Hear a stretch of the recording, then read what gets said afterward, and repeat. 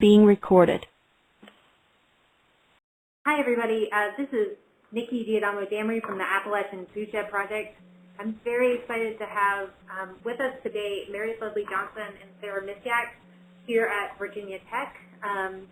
They are going to be telling you a little bit about a toolkit that they've developed for farmers markets to help with getting EBT programs going and successful at those locations. We have a slightly different setup if you've joined us before.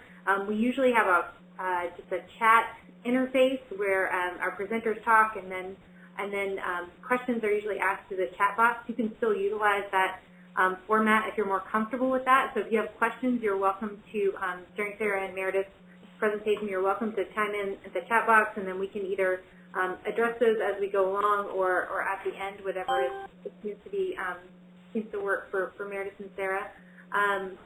Otherwise, you do have the option of calling in. We'll ask you to mute your line until the end of the presentation, and then Sarah and Meredith will be happy to take questions. You can on the phone or via the chat. So it's a little different setup, and I hope you're comfortable rolling with the punches. That's the way it goes sometimes. So again, this is part of the Appalachian Foodshed Project webinar series looking at issues around community food security. And so I just want to turn it over now to Meredith and Sarah. Thank you both for being with us today. Thank you. This is Meredith Ledlie Johnson. And this is Sarah. There she is. We're in two different rooms across the state, so excuse us if we're not perfectly in sync. I am the Community Nutrition Coordinator for the Family Nutrition Program. And Sarah, did you want to say your title? Sure. Sorry, I am the, a research associate with the Family Nutrition Program. I'm their postdoc right now, and I'm through the Department of Human Nutrition, Foods, and Exercise at Virginia Tech. Right. Thank you. So the Family Nutrition Program works statewide in the state of Virginia, and we're federally funded by both SNAP-Ed, which is the nutrition education arm of SNAP funding, and then also FNAP, which is another federally funded nutrition education program. And we serve low-income Virginians, helping them to make healthy choices, basically by teaching three pillars, which is basic nutrition based on USDA messaging, budget food shopping, and food safety. And that is done both with youth in schools and then also with adults, both individually and in classes across the state of Virginia. And this program is run through Virginia's Cooperative Extension.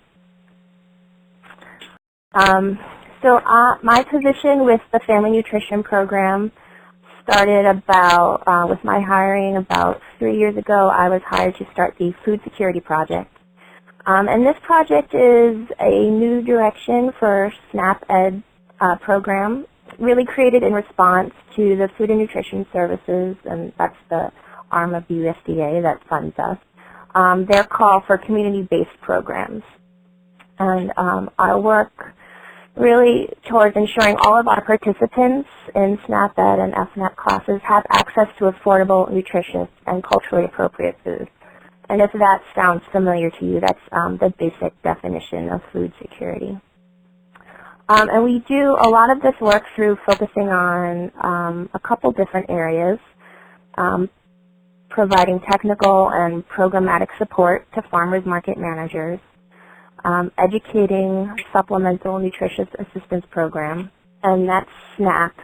And again, that is the new name for food stamps. So those consumers on how and why to shop at a farmer's market. And then also supporting gardening by SNAP families, and that would be food gardening. And the reason that we chose these areas was we were looking at ways to help serve food deserts in Virginia, and we really looked at food gardening and then also farmers markets as really strong tools to help begin to alleviate those areas.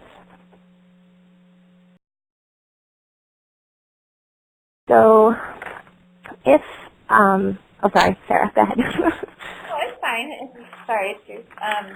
I was just saying that EBT is is the name of the system that delivers the benefits to SNAP participants. So it's similar to a debit card, and you've probably been at the grocery store and someone has used their EBT card before, and you might not have even known. And part of this was to reduce the stigma associated with using your SNAP benefits. So when we talk about SNAP or we talk about EBT at farmers markets, we're usually referring to the same thing, just so everybody knows. And then also in Virginia, just in Virginia, there's over $100 million spent in SNAP benefits, or those were issued in October alone. So it's a huge amount of money that could be spent at farmers markets. But currently, only a small percentage is actually spent at farmers markets. And if you look at that, it's only $105,000. So, and that's for the year. That's for the whole year.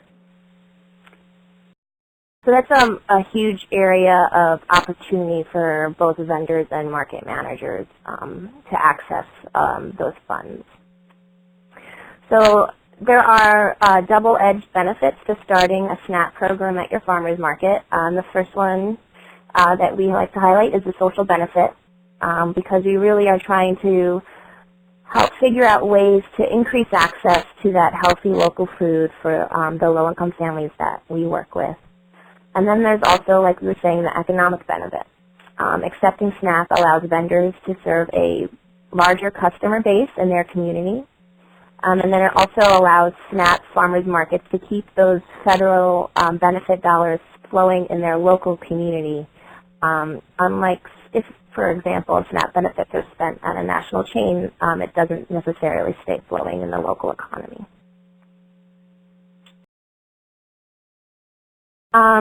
So when I was first hired, we were trying to think of ways to help farmers markets accept SNAP.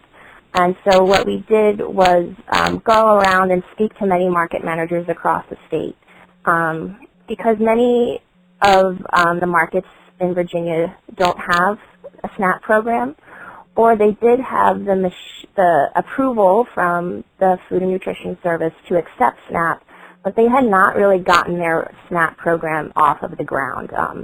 Either there wasn't a high redemption rate, or they weren't even getting any SNAP dollars spent at their markets at all. So we really went around to kind of speak to market managers to see what the problem was, what the stumbling blocks were. And so we did a few conversations with market managers, and then just one-on-ones. And then we also did a survey to find out more about what managers need. So we did a statewide survey over the summer of 2014. And for that reason we did this survey is because, I mean, this is Meredith's full-time job, is to help managers across the state have a viable EBT program to increase food access for low-income individuals and for families. So in order to help market managers the best way we could, we needed to actually work with them. So what we did is we partnered with Wholesome Wave and Elizabeth Forst at the farmersmarket.co, and she's based out of Spotsylvania, Virginia. And they were also mobilizing to do a Farmers Market Manager survey. So we combined forces, if you will, and sent the survey to local food organizations and market managers across the state to see what their challenges and then successes were with launching EBT programs across the state, and then also managing, marketing, and evaluating those programs. And we actually had about 79 respondents, and 50 of those were market managers, and 29 were local food organizations. So some of the main survey findings, and it was a pretty lengthy survey, so we cut it down here significantly, but the top challenges with EBT identified through the survey were outreach and marketing, and 22% of the participants of the survey identified that. 16% identified staffing, and 16% identified accounting as their main challenges. And then also, to help us develop our game plan for how we would go about helping market managers, we wanted to know what would be considered a success in their eyes. So for them, they identified program growth in vendor sales, and increased awareness of their programs as the top identifiers of a successful EBT program. Right. So we took all that data, and we were very excited to have it because the SNAP program through farmers markets touches a lot of different state agencies. For example, the Department of Social Services, who distributes SNAP dollars to consumers. And then they also have a program where they give free EBT machines. So that's the machine that card, that EBT card is swiped through, and that you are required to have that machine to accept EBT. They give free machines to farmers markets that qualify. And that's a really great program because those machines tend to be a bit pricey. So that is one agency that touches EBT in Virginia. The other one is the Virginia Department of Agriculture, just simply because market managers go to them for all kinds of questions like food safety and all of that.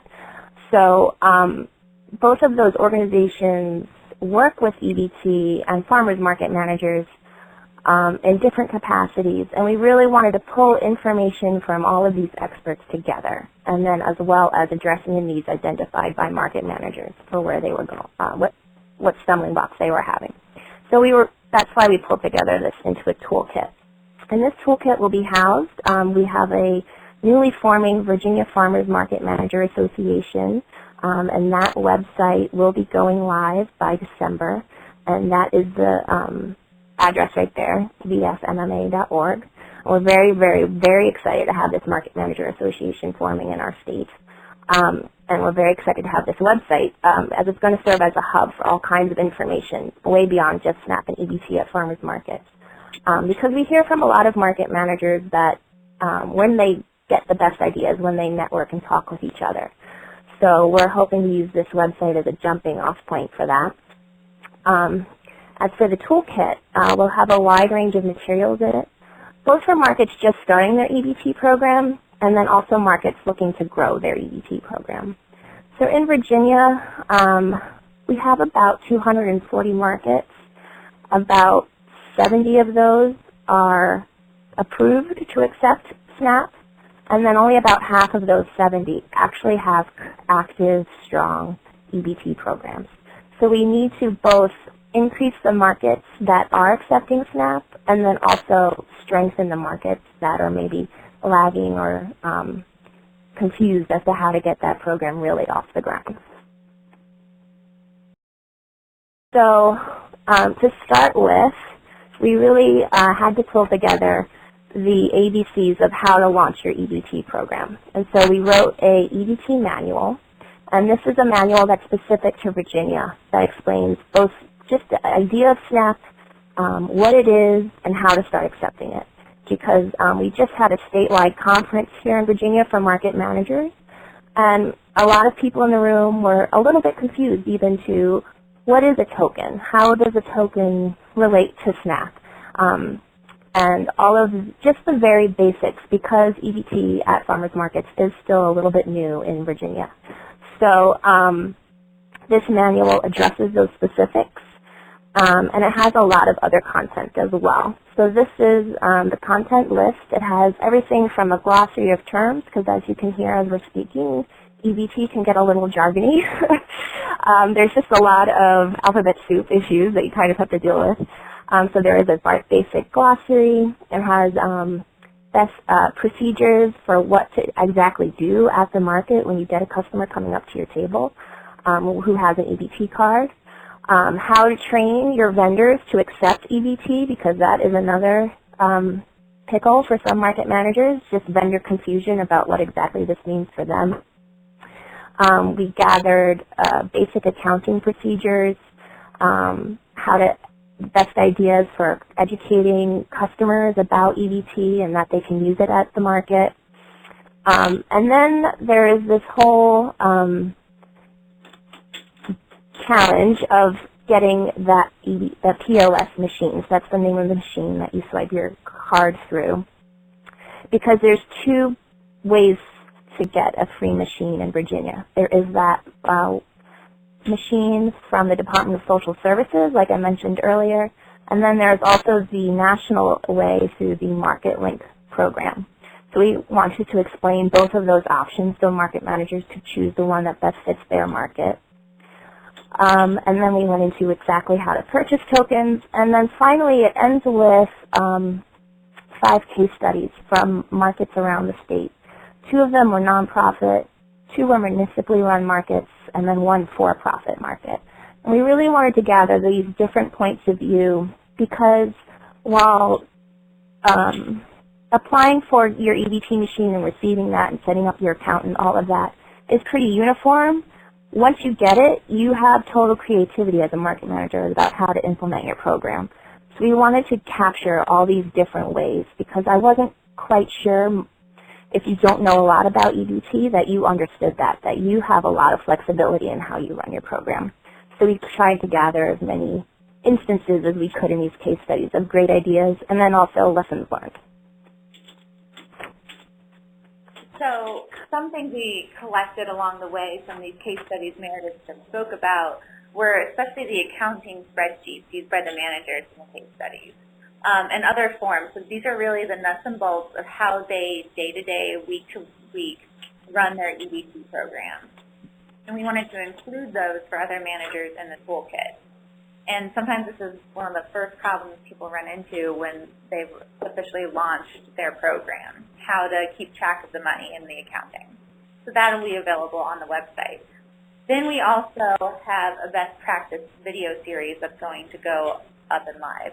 And what we like about this is that a lot of market managers work the same days. Markets are often the same days throughout the state. They, sometimes they're part-time or volunteer, or there's not an extensive travel budget. So this is a way for market managers to learn from each other and kind of bringing the sharing to them. So we're hoping to get that up and moving, and we've already started on that.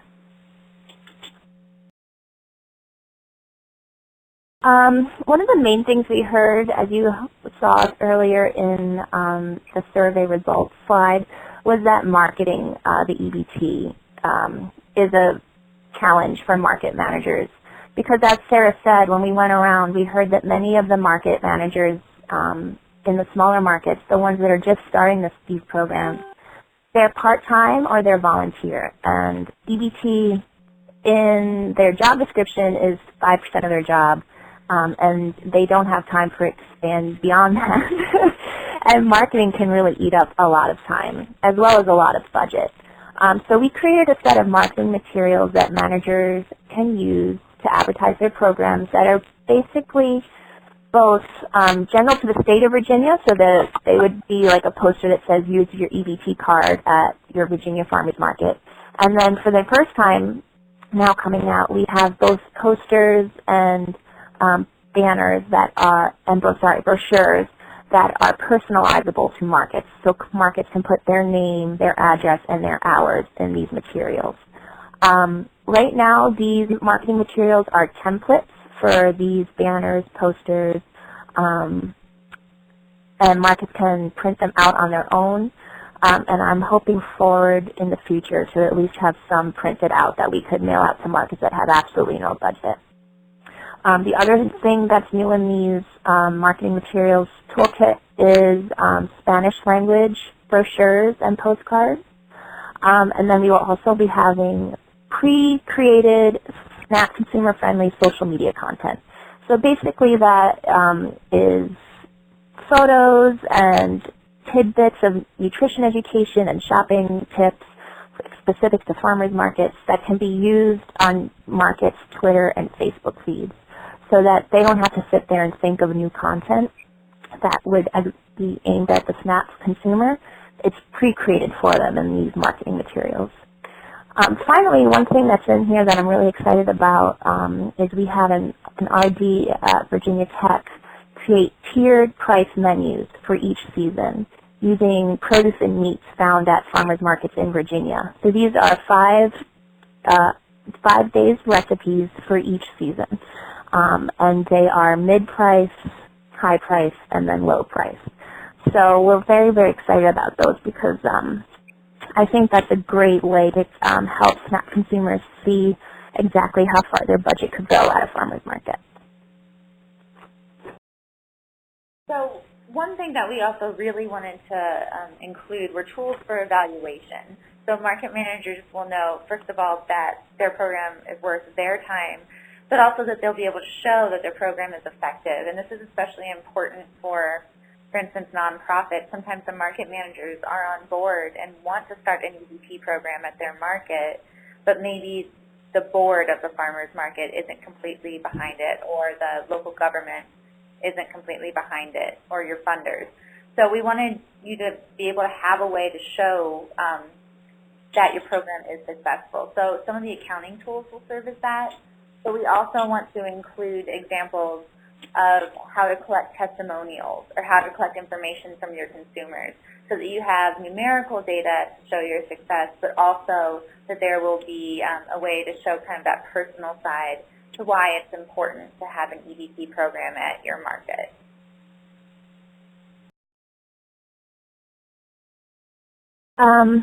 Finally, we have a SNAP incentive program funding tip tool for the toolkit.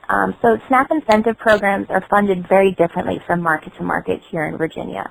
So a SNAP incentive program is where, let's say you spend $10 of your SNAP benefits at a farmer's market. That market will have raised funds to match your $10 and give you another $10. So essentially you spend $10 of your own and you receive $20 to shop in the market.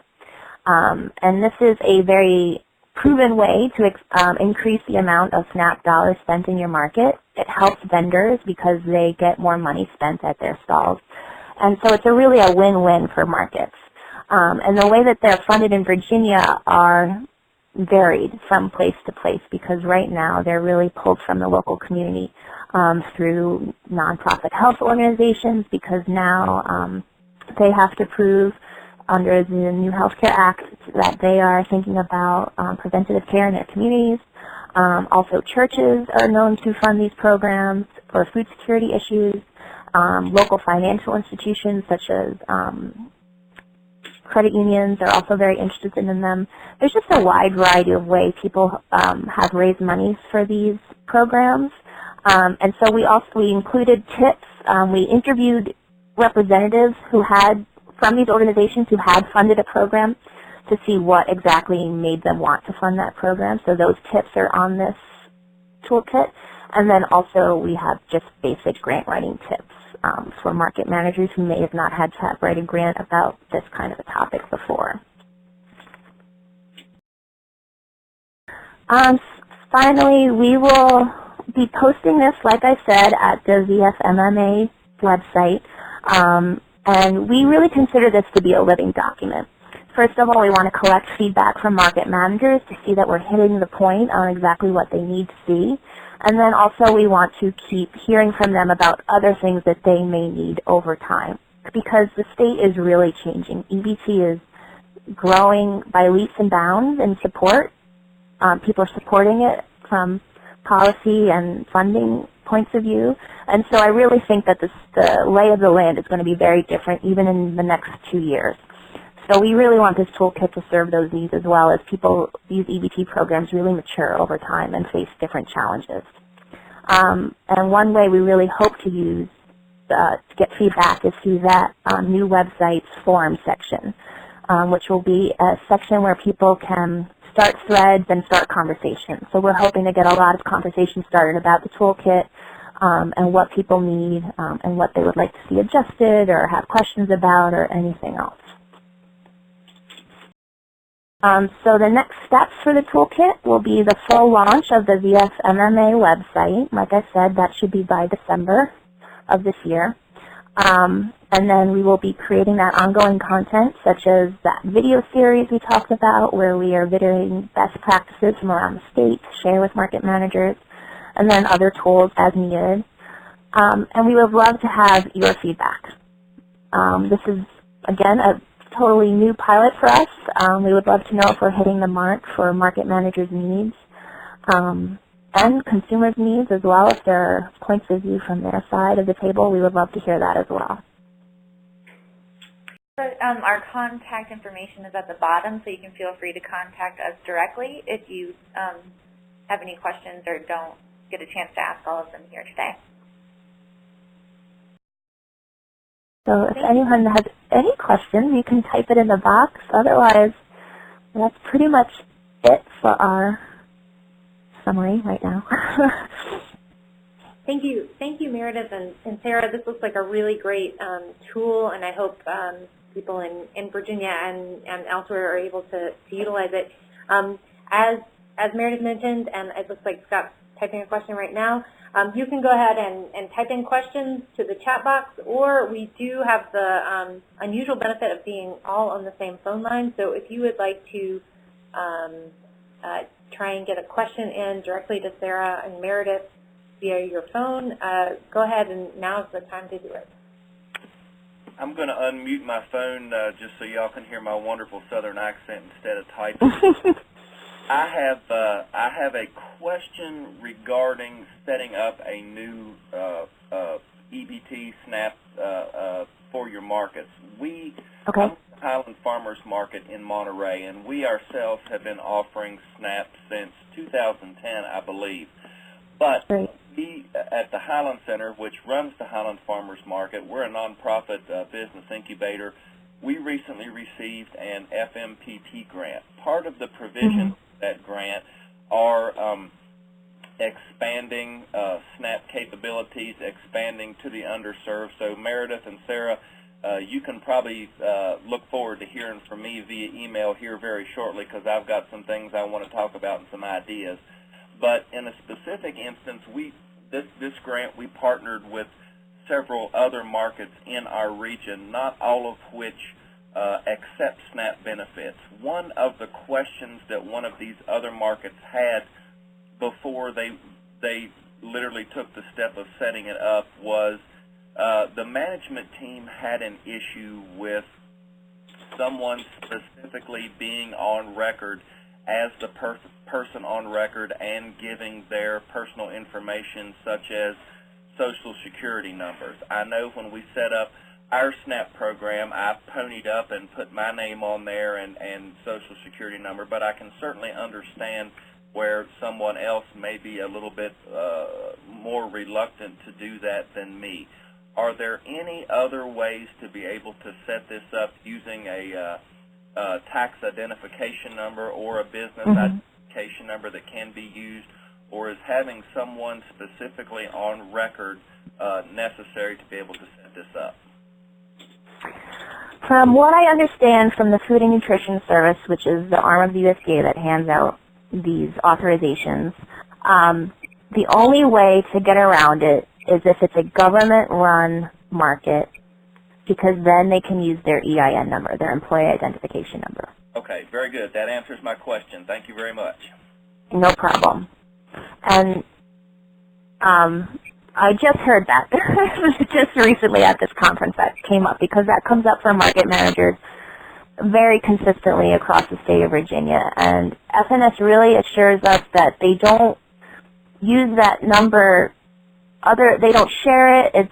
It's you know, it's really just a way for them to track the machine. It's not, you know, it's not information that is put out anywhere. They really try to protect that information. So we hear this a lot from market managers, that it's a very big stumbling block if someone doesn't want to put their Social Security number down. So this is not the first time we've heard that. We try to address it in the manual just to calm people. People are just curious about why it's needed, and we just try to address it in that way. Thank you. Very good. Sure. And like I said, look forward to an email here very shortly from me. We'd love to hear from you. Thank you.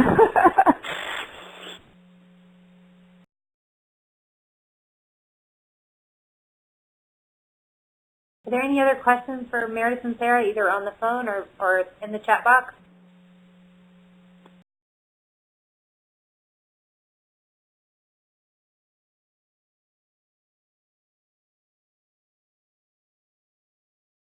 Okay. Well, at that, if you do have questions, again, Meredith and Sarah have generously shared their contact information, so please contact them. We will be posting an archived, as you can see in the chat box, we'll be posting an archived recording of this webinar with some links and additional information on the website and via our listserv. If you're interested in getting onto our AFP listserv, you can email me at my email address is there in the chat box. It's nikkid11@vt.edu. We're happy to add you on for information like this and other opportunities in our region. So again, thank you, Sarah and Meredith. Really excited about this toolkit, and hopefully we can get some links up on the website. Thank you. Have a great day. Thanks.